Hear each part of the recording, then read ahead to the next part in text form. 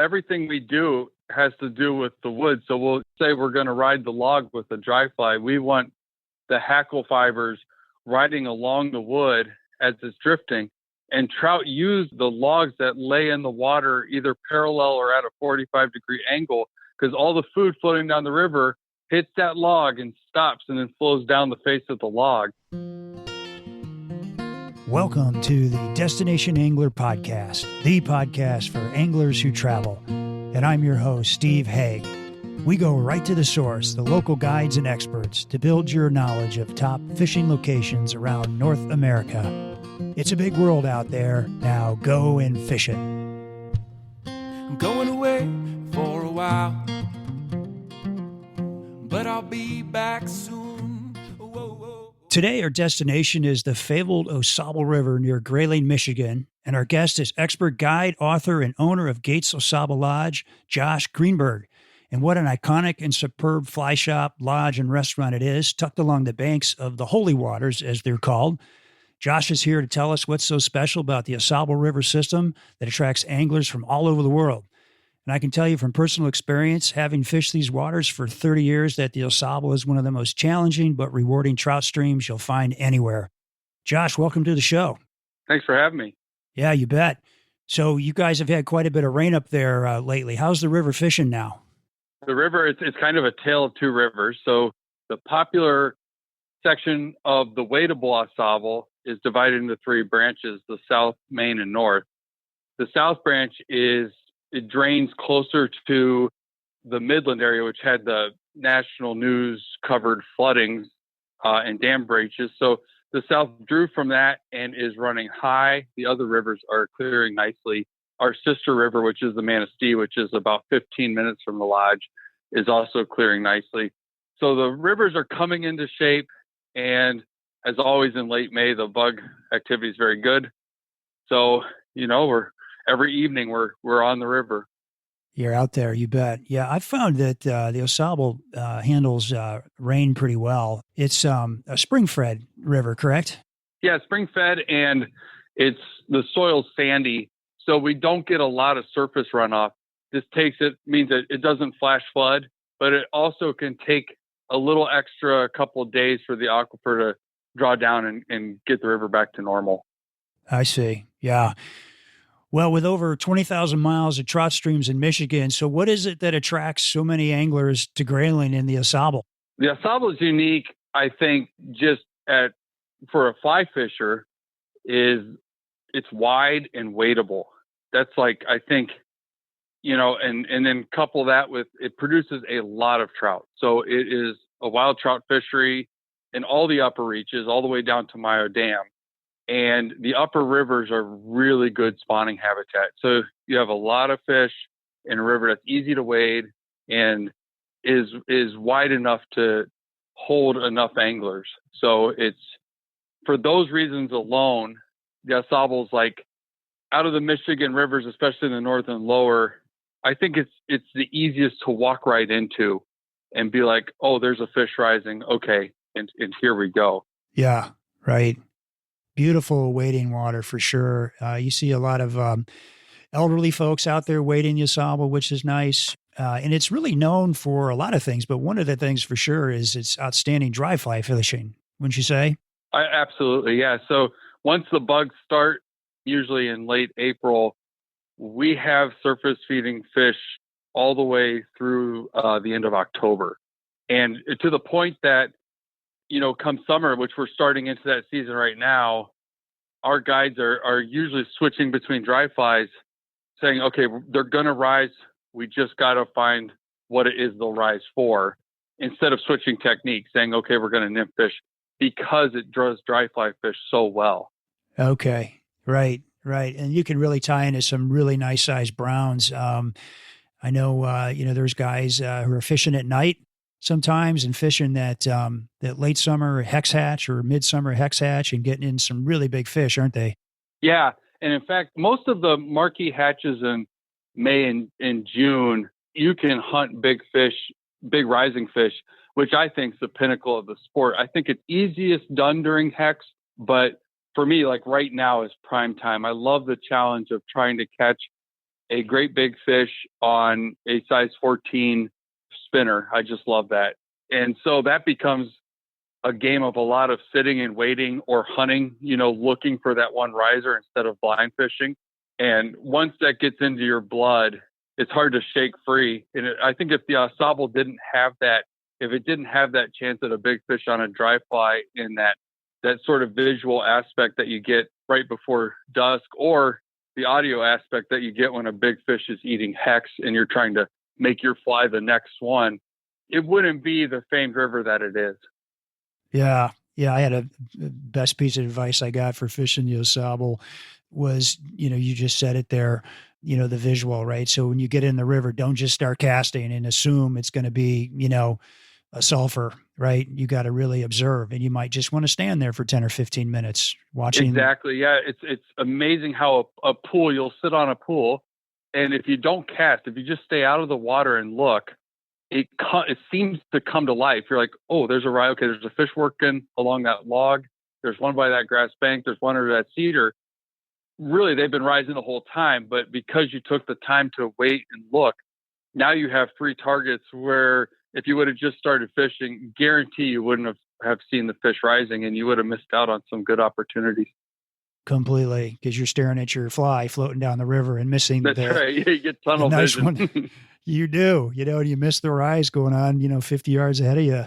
And the Au Sable's got a rich history, right? Because my grandfather used to fish the Au Sable. My dad used to fish the Au Sable. The first time I went up there, I think I was 5 years old. And I remember him in a canoe with my mom and my sister catching a trout. I think it was the first trout I ever saw. And I'll never forget that. It was on the Au Sable right there across from Thindara Road there near Wawasum, which is one of these old camps, right? So what was it, the turn of the century, where they had been logging up there for years, and then they were building these fishing camps at the same time, right? Yeah, the way we do it, like our guides we still use the wooden river boats, the Au Sable River boats that we pull down the river, especially this time of year. They were originally to run food between logging camps because you can pull them back up the river. But when people started fishing the river and wanted to hire a guide, that was the boat they had, so that's what they used. And it's a kind of a happy coincidence that the boat's design, which is the clients are in the middle and the front seat, the guide's in the back. The guide can put the client right next to a feeding fish, no oars working, and just a pole on the bottom, and it becomes the perfect vessel to work big rising trout.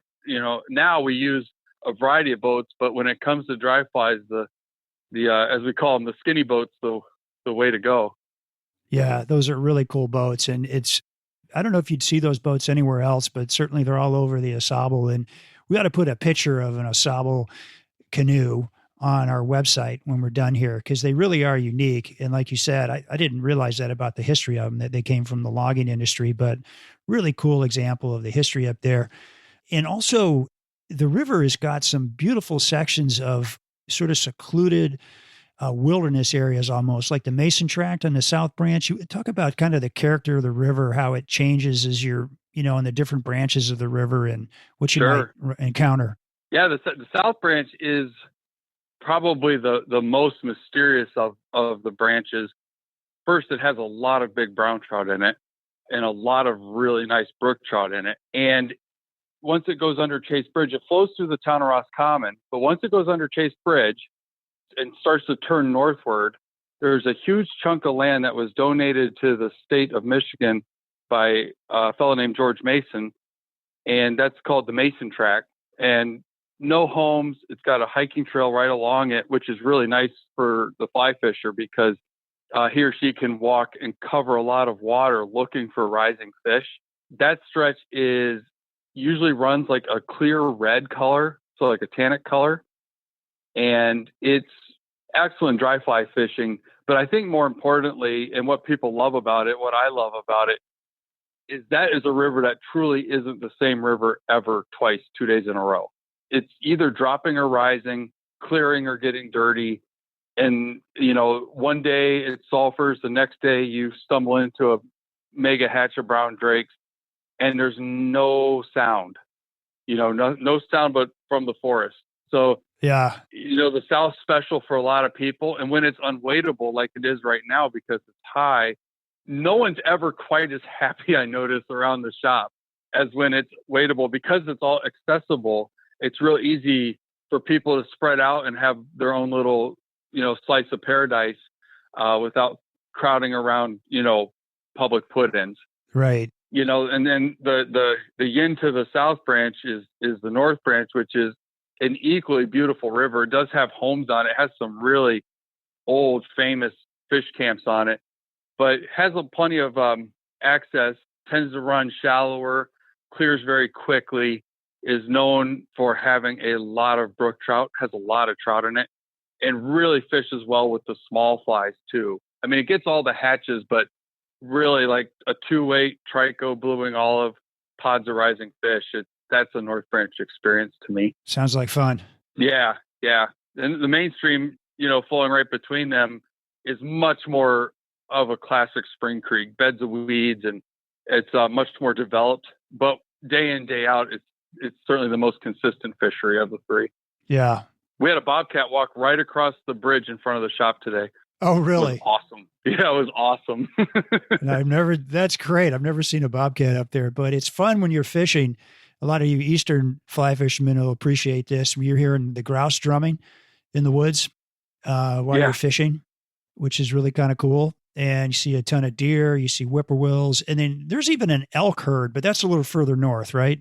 Just a little north, but they do come down in the winter because we don't get as much snow, as we're just out of the snow belt. In the winter, they'll come down to the North Branch.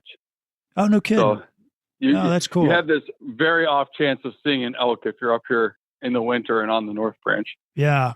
So maybe I'm going to answer my own question here by the last 5 minutes that we've been talking, but why do they call it the Holy Waters? So Cal Gates, who started Gates Lodge and was my boss, Rusty's dad, called it, this is a story that's given to me anyway. He called it the Holy Waters because to the fly fisher, these are the holy waters. They're easy to wade. They're consistent hatches. They remind a lot of people of English chalk streams. And we're referring to the stretch that flows right in front of the lodge here. It's an 8 to 10 mile stretch, depending on what measurement gauge you're using. Yeah. It's just so consistent. I think that's the big thing, consistent and friendly, and really to the eye, the water in the holy water section is beautiful. It's by mid-June, it's crystal clear, and the water weeds are green and kind of flowing in it, and there's pods of trout behind each weed bed. So that's, I think it makes sense. It seems to be a apt description. Yeah. And that's pretty much from Burton's Landing, which is kind of the first, major landing for waders, all the way down to Wakely Bridge. Is that correct? Yeah. In fact, when I first saw this stretch of river, I was on a kayak with my family. We were in a canoe back then. Cool. We were in a canoe, and we were floating from town, from Grayling. And unlike a lot of streams, the Au Sable is actually warmer up in its headwaters. And as it flows downhill, it picks up a lot of spring flow right above Burton's. That's cool. So as we're floating, I was fishing out the front of the canoe, and I was catching nothing but chubs. It was middle of summer. And as soon as we hit the quality trout sign, we hit our first riffle, and I caught a brook trout. And my dad, I hooked one. I said, "It's a trout. It's a trout." My dad's like, "Oh, it's probably a chub," but it was a trout. And it always struck to me, like, we hit the quality water sign and I caught a trout. And after that, the river changes dramatically and all these springs dump into it. And by the end of that day, I was 6-8 trout deep, and I was pretty much in love. Wow. Well, I guess they got the placement of that sign just about right, didn't they? They nailed it. Yeah. Yeah. So you've been coming up to the Au Sable for a long, long time. I think I read somewhere that your dad used to plan family trips around fly fishing, and you guys ended up buying a cabin up there years ago. Yeah. We as my sister and I got older, and my dad probably got sick of driving all over the country because none of us are very good flyers.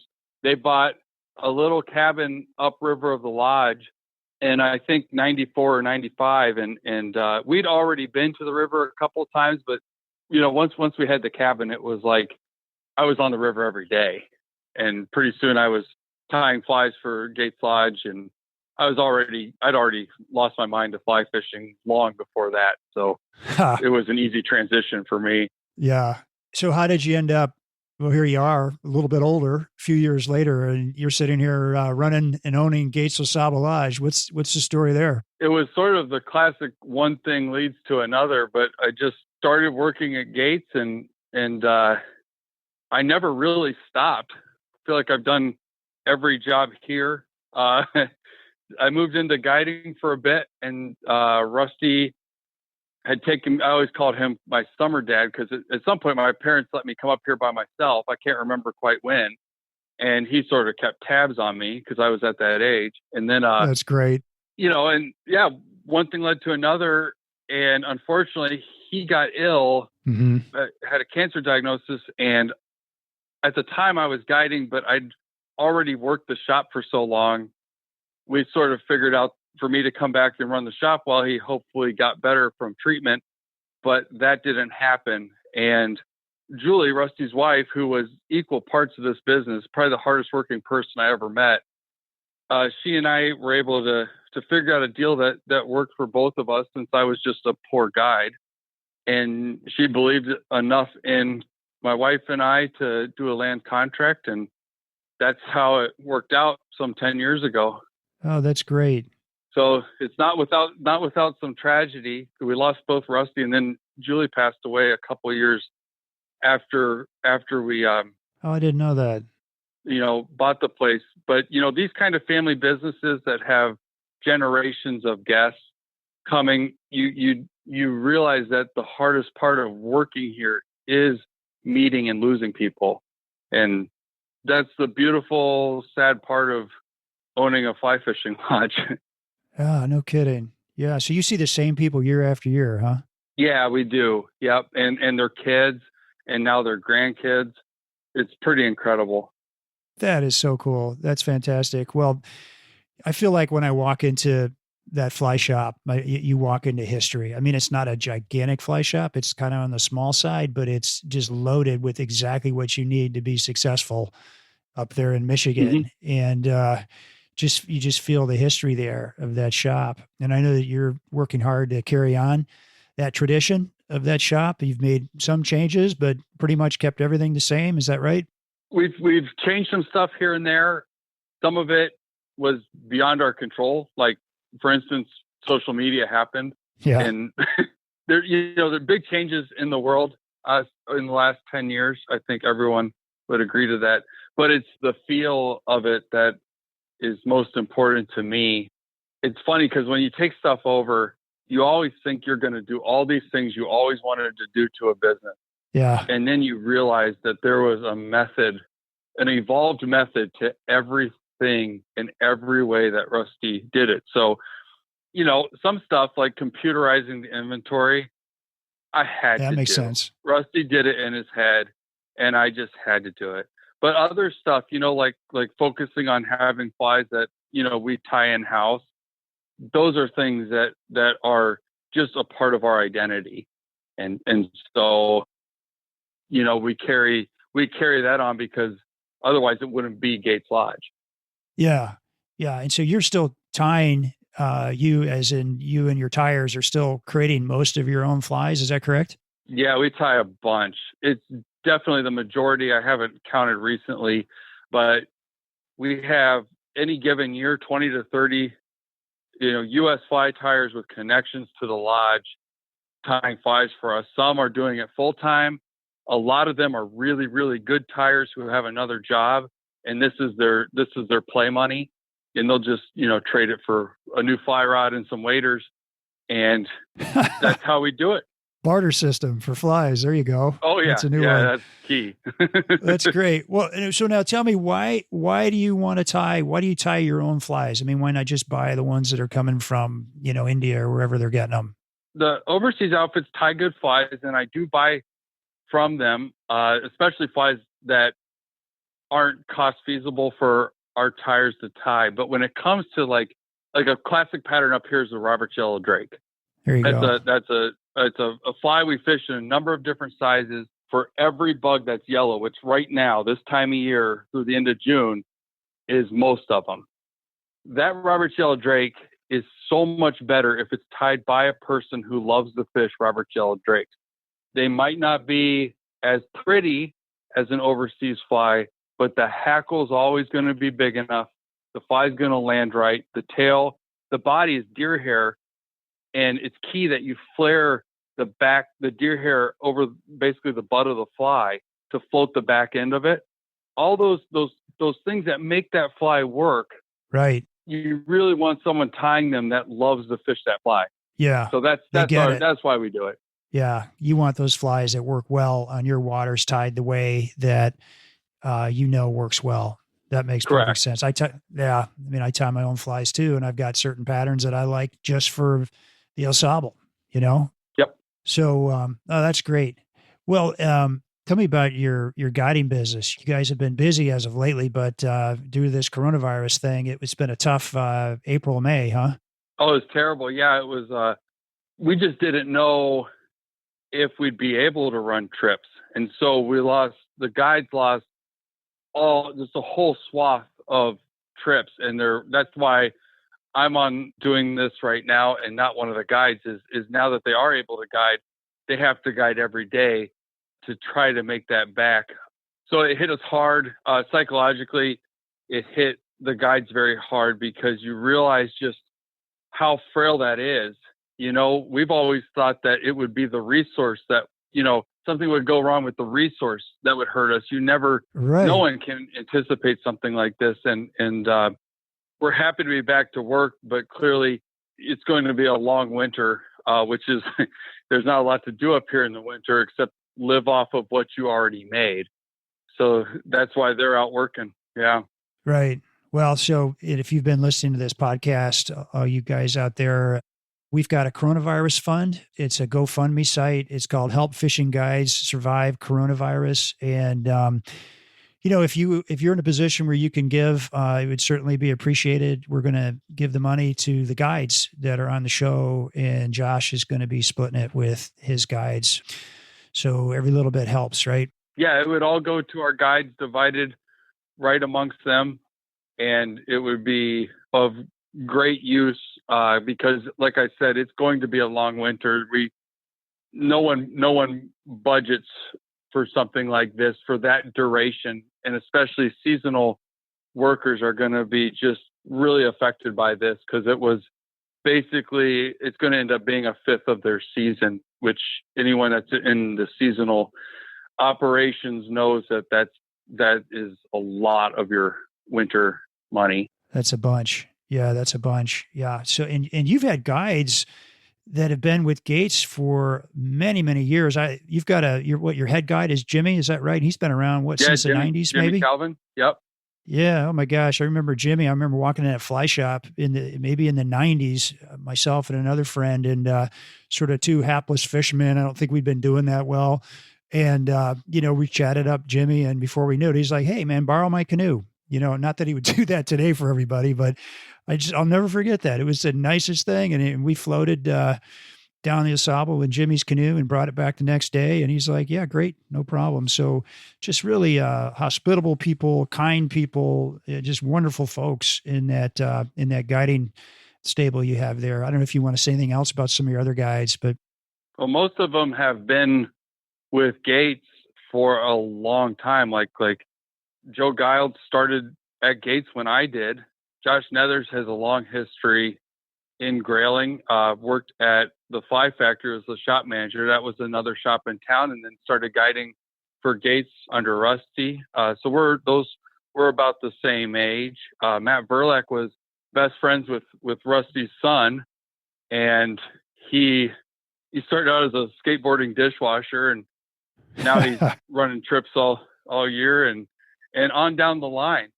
It's pretty incredible how I feel like, just like me, they came to Gates when they were young, and they're like, okay, this is a cool thing here. And now we're all just doing what we've always done. It almost feels like it's more than just a job. Yeah. Well, they live there and they know that water like the back of their hands if they've been on it that much.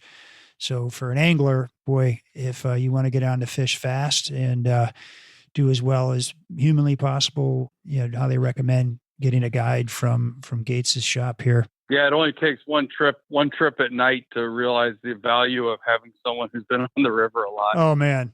Yeah. I've done a lot of night fishing up there, and it's tricky, right? And we can talk about that in a minute here. I'd love to hear more about your night fishing trips, but maybe in terms of, techniques and tips and gear and flies and things, I wonder if you could walk us through the seasons there up there. And before we do that, you're an author. You wrote a book back, 2011 called Rivers of Sand. And I believe that's a play off the name Au Sable, which I believe means of sand. And so Michigan trout streams are full of sand. And most of us who fly fish in different parts of the world think sand's bad. But here we are in Michigan having this phenomenal fishery with, rivers that have a lot of sand in them. So how does that work? How do you kind of change it up based on the fact that you're fishing over sand? I'll tell you, my definition of what trout water is has changed so much since I really learned as much as I could about the Au Sable, and I've got a lot more to learn. One thing I've learned is the classic. It's basically a play on "Don't judge a book by its cover." When I think of trout water, when I was younger, I thought of like the Smoky Mountains, like rocky, clear, fast-flowing streams. And there's stretches of the Au Sable that look like you should be bluegill fishing with a bobber that are full of trout. The bottom sand, and I think the key, and this goes back to the timber days, is the amount of deadfalls and wood in the river, even if the bottom sand from bank to bank, provide enough food for the food chain, to start the food chain, enough habitat for insects and trout. That mixed with some weeds and some cover from other trees, all of a sudden you have a trout stream in what looks wrong until you start to see it all the time. And then you start looking at, so, Right. Now I'll see a new stretch of river, maybe not on the Au Sable, but another Michigan stream. And it will be like cattails and sand bottom and black muck. And I'll say, man, this looks like nice trout water. Yeah. Yeah. And somebody from out of state might just drive right by it. Well, you mentioned, wood, and that's definitely one of the operative words about fishing the Au Sable, right? There's a lot of wood in the water. I think you guys call them cedar sweepers that are, falling into the water. So, and those brown trout get tucked back into those during the day, don't they? They do. Yeah. One of the real joys is to watch an electroshock team when they're doing trout surveys for the DNR, shock one cedar sweeper, and it will humble you really quick when you think that there's no trout there or they're in there. Yeah. You have any sort of doubts about the fishery. Yeah. Our trout they live two lives. They either are resting in cover, and it's almost always wood cover, or they're out on the feed. And the wood cover we found, and we found this scientifically and, just through angler observation, the more wood cover we have, the healthier our trout population. So it's it's an integral part of our fishery. Yeah. Yeah. And it takes accurate casting, right? You got to be bouncing those woolly buggers right off of a log, don't you? You do. Everything we do has to do with the wood. So we'll say we're going to ride the log with a dry fly. We want the hackle fibers riding along the wood as it's drifting. And trout use the logs that lay in the water either parallel or at a 45-degree angle, because all the food floating down the river hits that log and stops and then flows down the face of the log. So those become very important feeding avenues for trout. Yeah, right. And if you're 8 inches off that log, you might get skunked. If you're an inch from that log, if you're far, you really do have to pick apart the log jams. Yeah. Yeah, which makes it fun, right? So it's just a different way. Target practice all day long. Right. So talk to me about the hatches. So the Au Sable is known for these prolific and consistent hatches. I mean, if you go, for you folks at home, take a look at the Gates Au Sable Lodge website and look at the hatch chart, and all those bugs in there, they're not kidding. Those are all bugs you will see if you fish a season at Gates's, I'm sure, on the Au Sable. But take us through the season. What starts with Hendrickson's in the April-May timeframe? Yeah, so Hendrickson's are usually right around the end of April when they start, and they'll carry through a long time, and they'll probably get stalled out because of snow, or like this year we had snow in the middle of May, and now it's 90 degrees. That changes your hatch chart. But the Hendrickson, the season starts off with a bang because you get the blueing olives and then the Hendricksons and then the black caddis. And that's like one chunk of time that is really good in the afternoons for rising fish, including some big ones. So it's a fickle time of year because the weather can throw you, 6 different curveballs, but it's pretty awesome when you're here. And then it goes to the yellow bugs, which is what we're in now. And that's the light Hendrickson, which some people call the size 16 sulfur. And then the Dorothea, which some people call a true sulfur. They look very similar. They're just different sizes of 16 and 18. But mixing in with the sulfurs, you have Yellowstones, a caddis we call popcorn caddis because when it flies around, it looks like popcorn. A bigger stone we call a thrasher, and a mahogany. And that's just some of them. This is the mayfly time of year right now, and really just hatch time, where you have to go out there, and in the evening you might only have 30 minutes to an hour to solve a pretty complex riddle. Right. And then, in a couple of days here, the brown drakes will start, and that starts our more nocturnal mayflies, our brown drakes and our hecks. And mixing in with those is what I think is the most underrated hatch on the river, which is the Isonychia. Okay. Which has the common name white-gloved howdy, which I think is the best common name in fly fishing. And that's a riffle hatching. White glove howdy? White-gloved howdy. They have white legs. Okay. They have white legs when they're spinners, and they have white legs when they're duns. They hatch out of the riffle, and they're important as a hatcher and a spinner. So that's happening with the brown drakes and with the hecks. And that style of fishing is dusk right through till midnight or longer. Yeah. And that goes all the way till the 4th of July. And after the 4th of July, a lot of people forget that they think the season's done, but we get just as many hatches after the 4th of July. It's just more difficult fishing with smaller flies. On the flip side, the weather's much more consistent. So you see more rising trout on a common, an average day, July, August, and September than you do in May and June. Oh, that's interesting. Okay. You got the trico hatch there in August, right? That's a morning hatch? Yeah, you get the tricos and you get a size 18 blueing olive at the same time. And that will usually go right up till noon. And you'll have pods of fish feeding and hardly a fisher in sight. And then in the evening, those same size 18 bluing olives come down in spinners. So you got a number of different hatches, not to mention, we still have caddis and you get all your terrestrials. So love that time of year. And that's July, August, and even into September. Yeah, right. And a lot of people think, the fish have just gorged themselves on hecks. It might be true for a week or so, but they get busy again, don't they? They do. They don't. The way I look at it is they used to have a bunch to eat and all of a sudden they don't. So I think they get pretty desperate pretty quick. Yeah, they want that main course again. Yeah. So right now, you're saying there's Light Cahills, Dorotheas, Thrashers, and Mahoganies all going on at once right now on the river, potentially. Yeah. Yeah, that would be just an average night. Along with, there's other spinners, March Browns and the Borcher's Drake. The Borcher's Drake in the right stretch of waters, just about my favorite spinner fall of the year. So, there's a hatch that rarely makes hatch charts that to me is my main event on a night like tonight. Interesting. Okay. So as an angler, you've kind of got to be ready for a lot of different things, right? Do a little bit of homework, come talk to the guys in the shop, and you're going to need what? You're going to need duns, emergers, and spinners and all those different patterns typically. Yep. And talk about nymphing. With all that wood in the water, it's kind of hard to nymph in a traditional sense, isn't it? But do you do some nymphing? We do lots of nymphing. We nymph all winter. Like a lot of other rivers, we have pools that are just set up perfect for nymphing, and that's what you hit in the winter. In the summer, we do really well with a dry and dropper. That can be key, and we'll fish away from the wood. So, as I said earlier, the trout they hide in the wood, but a good number of them come out to feed. They drift feed in the middle of the river, especially as the weed growth starts on the bottom of the river. Yeah. And you can drop a cast right behind those weed beds with a dropper about 24 inches below dry and really do quite well. So it's a little different. You can't just nymph your way up the river unless you love to tie knots.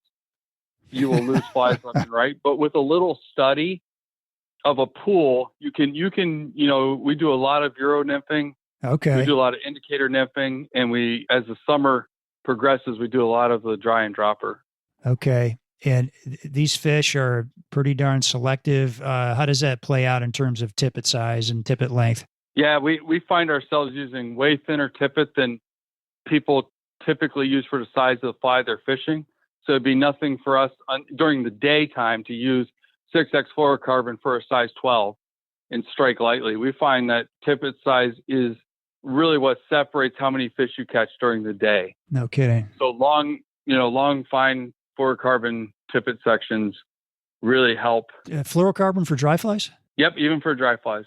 Yeah. Okay. It doesn't sink them. It just, if anything, it just isn't on the surface, so it casts less shadow. Right. Okay. Interesting. Yeah. And then the trips that you're running, you're doing anything from wade trips to float trips, and you do just evening trips, you do mousing trips at night, you do hex trips during hex season. You want to talk about the need for all those different types of trips? Yeah. So the Ausable keeps odd hours. So, our guide culture has developed around a sense of a main event, and tracking that main event, is very workmanlike 9 to 5 Hendrickson trip, in April, late April, but come June, we might not start a trip till 8 p.m. and we'll float all night. So, and then the hardest part of being a guide here is you turn that guide calendar around and you start waking up for tricos at 6 a.m. Oh man. So you're chasing a main event the whole time. And as we go through the season, that could be dawn streamers. It could be swinging mice after dark, which is great fun. But we have to do that because if we started every trip at 8 or 9 a.m., you'd only see a big fish every now and then. But if we target the main feed times, we can usually have some shots at some big fish. So if the main event is, an evening hatch, and you're leaving the shop in the evening, what would you suggest anglers do during the morning? Do they go out and just down and across with willy buggers and streamers, or what's a good approach there? Just blind fish. Right now you can just blind fish dries and do well. So like our trip today started at 2 p.m. and the guides will come bouncing back into the lodge at about 11 p.m. Okay. And and a lot of times that's all the fishing a person requires. But I'll tell you wake up and do what you said, go fish streamers at dawn. Yeah. Well, there's a time no one's out there and the fish will be on the look. Yeah. If you're the first guy down, man, you can really clean up. I've noticed. Yep. Those willy buggers, soft hackle streamers, any kind of a streamer pattern with black olives are all good. Right. And, you can, pop them in and around that wood. You can do really, really well in a morning. Might catch 6 or 7 nice brown trout in a morning, especially if it's overcast, a little rainy. That's kind of nice for willy bugger. Yeah, that helps a lot too. our river definitely, any kind of low light situation seems to find the favor of our brown trout. Right. Yeah, that's really cool. So talk to me about the hex hatch. It's it's definitely one of the big main events up there, right? But it's a night hatch. It starts 11:30, and these bugs are like the size of the monkeys in the Wizard of Oz picking up Dorothy and carrying her off to the castle, right? They're gigantic. Pretty big. It's a huge event. It's a very consistent thing. Typically the hex spinners hit the water between 10:15 and 11:30. The hatch actually happens after that, and they'll start emerging 11:30 till about 1, and that can kind of carry on all night.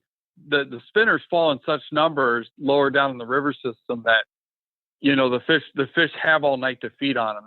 They're washing in and out of the logs and on the weeds, so you could find a rising fish at any time. By that point, you're fishing almost entirely by sound. And I think it sounds more intimidating than it is, and it's an event. It's something incredible. Like a spectacle.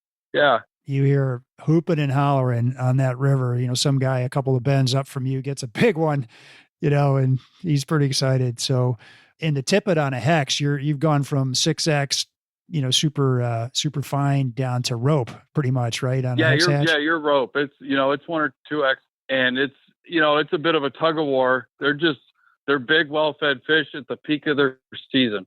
So they're up for they will pull hard to get away. Talk about flashlights. So if you get a flashlight out, is that the kiss of death, or can you put like a red lens over it? How do you kind of look to see what's going on? I don't think the red light really bothers the fish that much. They won't rise in it but you can even like shine your fly just to make sure you're kind of in the right spot and turn your light off. And then if you just keep your light off after that and keep casting, the fish will come back and then you'll have your line measured. So okay, right. You can get away with more than you think, but at the same time, if it's a LED beamer, you'll empty the river of risers for the night.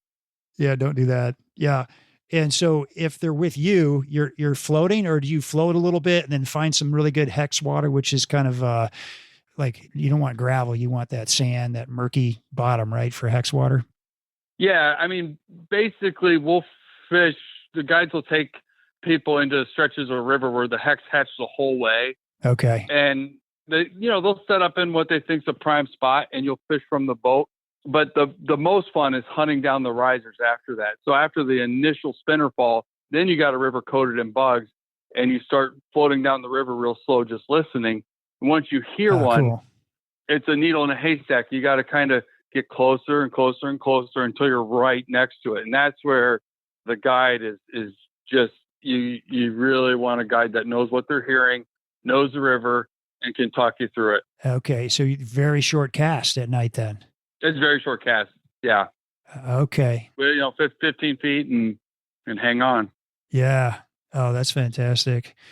Well, a lot of big fish come out of there during hex season, that's for sure. But that brown drake hatch, boy, that's something else too, because that's sort of the first of the biggies, isn't it? Those are what, size 10, the brown 12s? drake hatch is really cool because the hex is clockwork. It happens almost every night, even if it's super cold, rain, wind. I've seen them happen in any condition. Brown drakes are more fun. They'll drive you crazy because they'll spinner fall in the morning.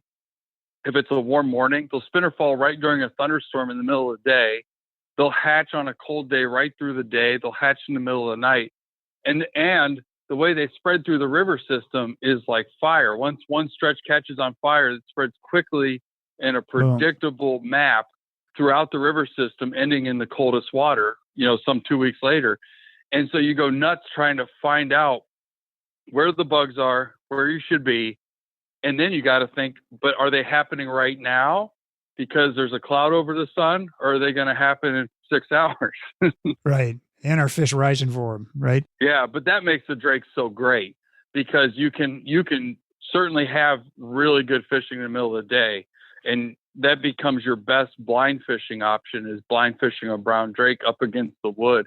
Some of the best blind fishing of the year, because those big fish, they might be sitting underneath a cedar that's coated in brown drake adults waiting to become spinners, or they're already spinners and they're waiting to fly.